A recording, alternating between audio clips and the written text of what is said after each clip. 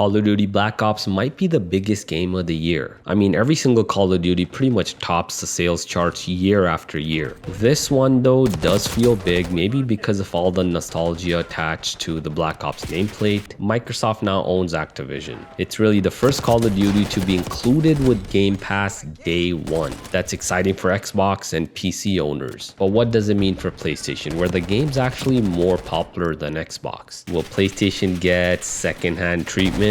Will the developers prioritize optimization on Xbox over PS5? So let's have a look at how Black Ops 6 runs on Xbox Series S versus X versus PS5. The early access beta is now on and I've been playing it over the weekend. If you pre-order the game or if you have Game Pass Ultimate, early access is included. Let's first clear the air about the size of the game.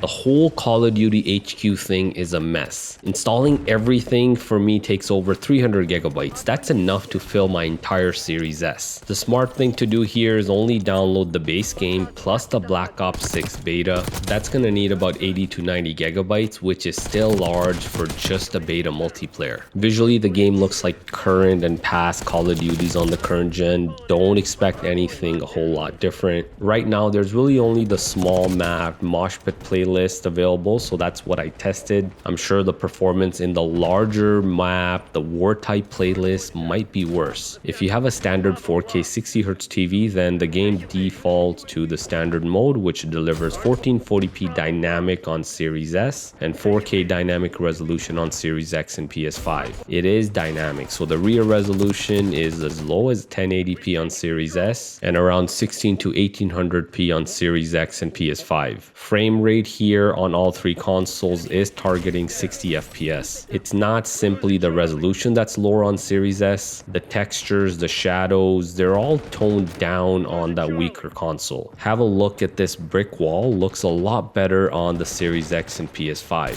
Performance here is decent on all three consoles. Series X and PS5 are locked to 60 FPS for the most part. There's rarely any drops. Maybe a single frame here and there, but nothing significant. It's a solid lock on all three consoles in the available maps in beta. Series S does have performance issues and it's mainly due to screen tearing. You'll see the frame rate dips, there's some stuttering, there's screen tearing when the action gets intense. For those that have 120Hz display, high refresh rate mode unlocks in the game and you can play at up to 120 FPS. The resolution and graphics of course are lower. The game does start to look blurry. On Series S you can expect resolution to dip around 800p, and with Series X and PS5 it's closer to 1080p even though the dynamic target is higher. All three consoles target 120 FPS, but none of the three stay locked at 120. Series S averages perhaps around 105. It dips into the 90s quite often. There's even times where it'll dip to the 80s where there's a lot of bullets flying around and a lot of screen tearing.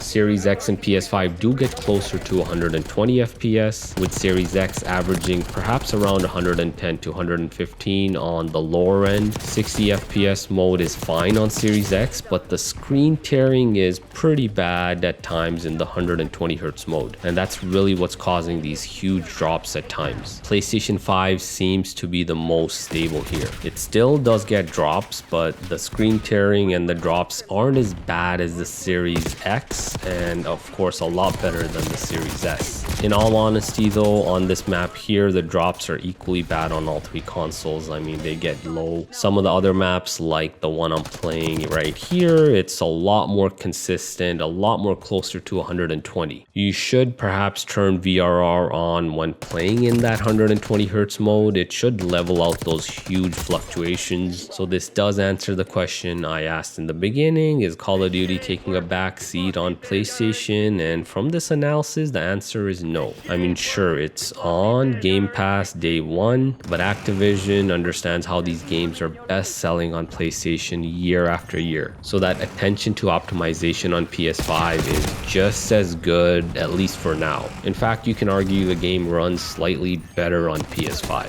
So that's what you need to know about Call of Duty Black Ops 6 on Xbox Series S versus Series X versus PS5. For the rest of the video, check out some more gameplay with that FPS counter shown.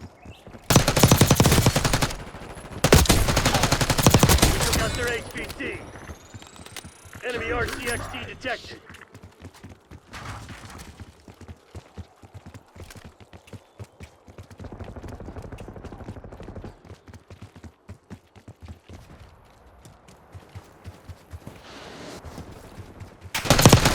RCXD rolling out.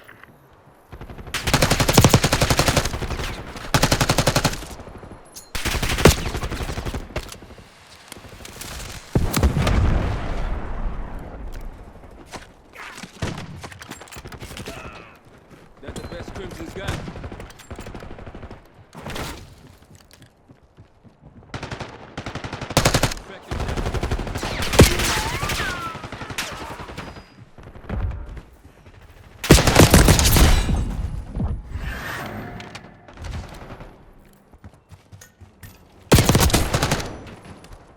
Bravo is ours.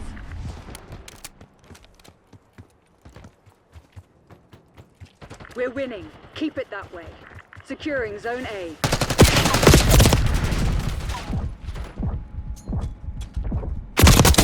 Tango Fred.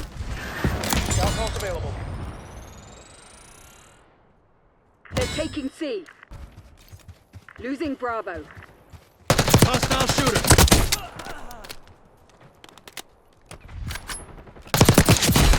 Gotta start somewhere. Taking Starting Alpha. capture. Test watchdog helo in my AO. Securing Alpha. We're I'm on losing it. Charlie. WBR. Weapons hot. All locations secured. Hold your positions.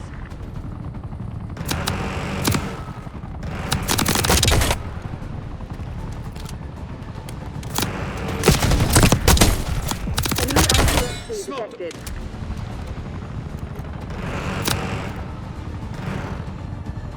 Kill.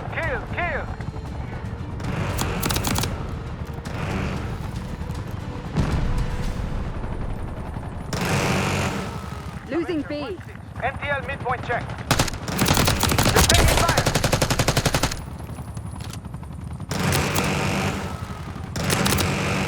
Losing Bravo. Hostile RCXD in your AO.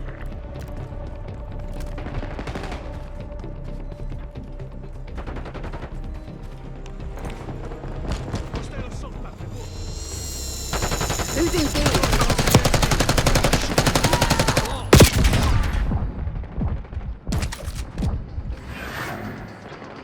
Bad guy, 12 o'clock.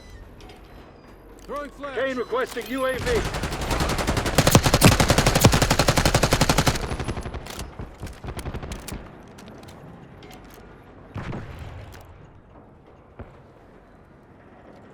Losing Bravo.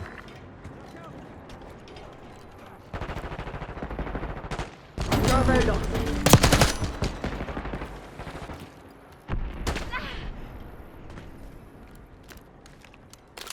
Eyes on enemy.